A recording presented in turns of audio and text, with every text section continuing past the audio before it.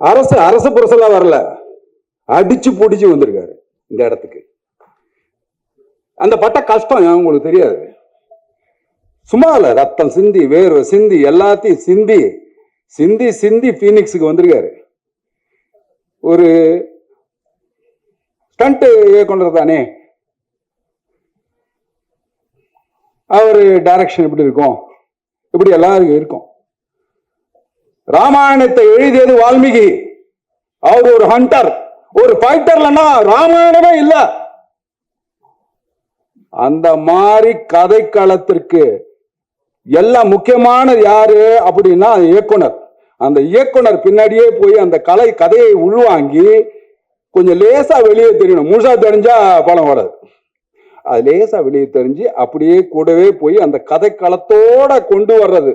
இல்லைன்னா அவ்வளவு சீக்கிரமா அவரு இந்த புகழ உச்சாணிக்கு வந்திருக்க முடியாது. ஏன்னா அதை நான் அனுபவிச்சதுனால சொல்றேன். நானும் 17 வயசுல வந்தேன், 22 வயசுல ஸ்டண்ட் இயக்குனரான நானும் 9 படம் டைரக்ஷன் பண்ணிருக்கேன், 15 படம் ப்ரொடியூஸ் பண்ணியிருக்கேன், 540 படம் பண்ணிட்டு இருக்கேன், இன்னும் பண்ணிட்டு இருக்கேன். ஸோ இதெல்லாம் நம்ம பண்ணிட்டு இருந்தாலும் பெருமையா பார்க்க வேண்டியது எங்கள் சங்கத்துக்கு அரசு ஒரு பரிசு. அதை நான் மறக்க முடியாது. ஏன்னா அவர் செய்திருக்க செய்கைகள் அப்படி. சாதாரணமா ஒருத்தர் வெற்றி அடைகிறது ரொம்ப கஷ்டம். அவர் எவ்வளவு கஷ்டப்பட்டிருப்பாரு.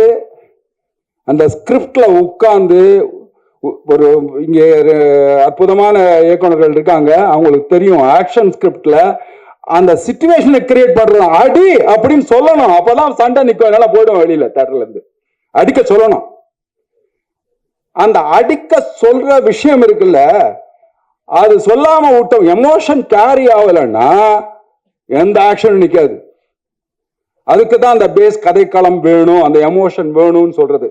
அது இருந்தாதான் அது, அதாவது ஒரு எமோஷனுக்கு டெக்னிக்கா முலாம் பூசலாம், ஆனா டெக்னிக்கலுக்கு கதையை முலாம் பேச முடியாது, நீங்க எமோஷனை முலாம் பூச முடியாது. ஸோ பேசிக் அது ரிட்டர்ன் அண்ட் டைரக்டட் பை அரசு அப்படின் போது அந்த ரிட்டர்ன்ல எவ்வளவு கஷ்டப்பட்டிருப்பாரு, பட்டிருக்கணும். நான் இதுல பார்த்ததுல தெரிஞ்சது நிறைய பட்டிருக்காரு, அற்புதமா பட்டிருக்காரு, எக்கச்சக்கமா பட்டிருக்காரு அப்படிங்கிறது தெரியுது. அவரு சூர்யா தம்பி கொண்டு வந்து இன்னைக்கு ஒரு ஹீரோவாக்கி அது அற்புதமா வெளியே கொண்டு வர்றது. அந்த பையன்கிட்ட எவ்வளவு கஷ்டப்படுத்திருப்பாரு. அதாவது சிரிச்சுக்கிட்டே கஷ்டப்படுத்துறதுல அரசு மாதிரி வேற ஒரு ஆளுக்கு இது உலகத்திலே கிடையாது. ரொம்ப சிரிச்சுக்கிட்டே கஷ்டப்படுத்த எல்லா ஹீரோ, சல்மான் கான் அத்தனை பேர் எனக்கு சொல்லியிருக்காங்க. So is the man who knows how to take the, அப்படியே நல்ல இப்போ ஒரு நல்ல இயக்குனருக்கு என்ன, நல்ல மியூசிக் டைரக்டர் சாம் கிட்ட இருந்து ஒரு நல்ல மியூசிக் எடுக்கணும். இவர் கேமராமேன் வேல்ராஜ் கிட்ட நல்ல இதை இப்படி எல்லாத்தையும் நானே பண்றேன்னா அது சரிப்பட்டு வராது. அந்த அவங்க எல்லாருக்கிட்ட இருந்து வாங்குறது தான் வேலை.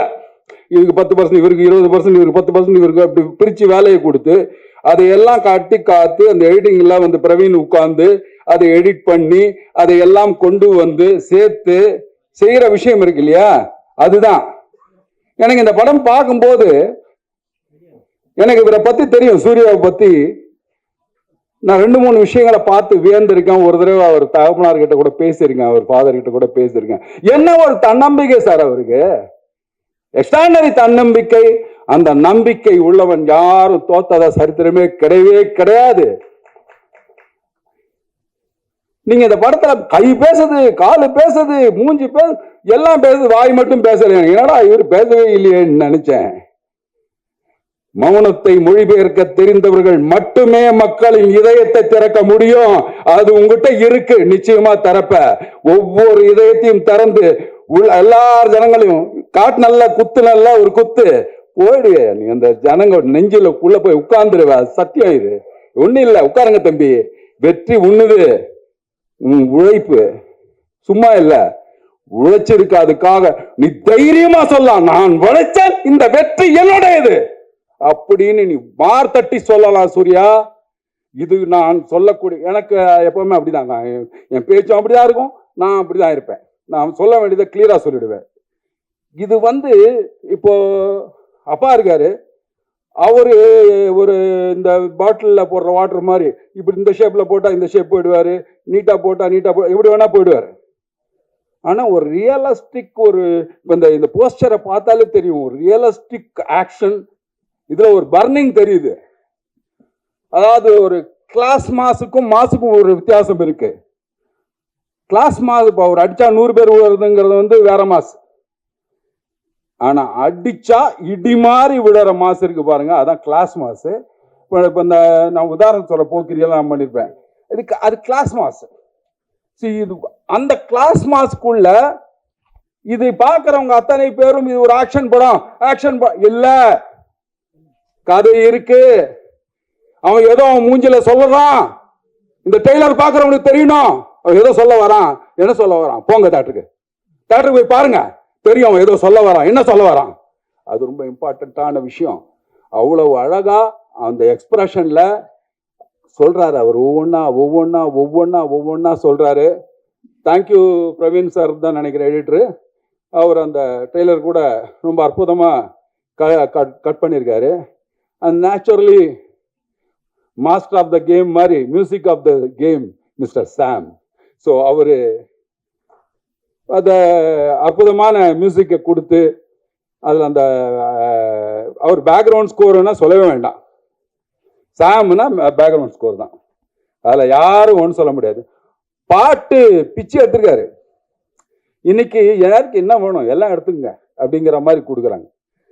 வேல்ராஜ் சார் அற்புதமான போட்டோகிராஃபி இருக்கக்கூடியவங்க. இப்போ தேவதர்ஷினி மேம் இருக்காங்க. ஆர்டிஸ்ட் எல்லாமே அற்புதமா பொறுக்கி செலக்ட் பண்ணி போட்டிருக்காரு அரசு. அதாவது தேடி அதை கொண்டு எப்படியாவது செய்யணும், நம்ம எப்படியாவது வெற்றி பெறணும். வெற்றி உறுதி அரசு, அதுல ஒண்ணுமே சந்தேகமே வேண்டாம். வெற்றி நம்மது. வேற என்ன தைரியமா சொல்லுங்க. நீங்க உழைச்சிருக்கீங்க இந்த பீனிக்ஸுக்கு. இந்த பீனிக்ஸ் எழுந்திரிச்சு வந்ததெல்லாம் சொல்லுங்க, நீங்க எழுந்திரிச்சாச்சு. சூர்யாவும் நீங்களும் இது ஒரு சுத்துவீங்க பாருங்க, எவ்வளவு பெருசா வரப்போகுது இந்த படம்ன்றதுல எனக்கு அற்புதமான நம்பிக்கை இருக்கு.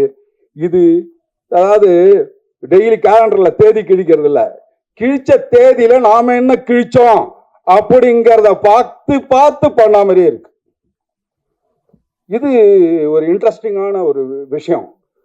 இதெல்லாம் இந்த மக்களுக்கு முக்கியமாக சில பேர் இருக்காங்க, உங்க ஊடக நண்பர்களே, உங்க எல்லாரையும் பணிவான வணக்கத்தோடு கேட்டுக்கிறேன், அற்புதமா இந்த பீனிக்ஸ் படத்துக்கு சப்போர்ட் பண்ணுங்க. இது எங்க இனத்திலிருந்து ஒருத்தர் டைரக்டர் ஆயிருக்காரு, அற்புதமான ஒரு நடிகருடைய பையன். அவரு இன்னைக்கு சூர்யா வந்திருக்காரு. ஆனா அவருக்கு ரெக்கமெண்டேஷன் பிடிக்காது எனக்கு தெரியும். So he doesn't like recommendation. But எதுக்குன்னா அவருடைய தன்னம்பிக்கை. சூரிய உதயத்திற்கு முன் உதிப்பது உத்வேகம். அந்த உத்வேகம் உங்ககிட்ட ஜாஸ்தி இருக்கு சூர்யா. நீங்க நிச்சயமா எங்கேயோ போவீங்க.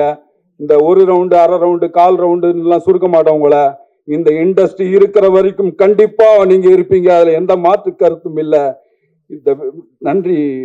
இந்த விமர்சகர்கள்லாம் சும்மா அந்த என்ன ஏதான் இலைய நிறைய படையல் போட்டாலும் இலையை தின்னுவிட்டு ருசி இல்லைன்னு சொல்லிட்டு போவீங்கல்ல, அந்த மாதிரி தயவு செய்து சொல்லாம இந்த படத்துக்கு ஒரு பெரிய வெற்றியை தேடித்தர வேண்டிய அத்தனை பேரும் உங்களுக்கு சோன்னு சொல்லிட்டு, விஜய் சார், சேதுபதி சார், ஒன்னே ஒரு வார்த்தை சொல்லணும், சூர்யா பேர் இல்லை சார், பெருமை.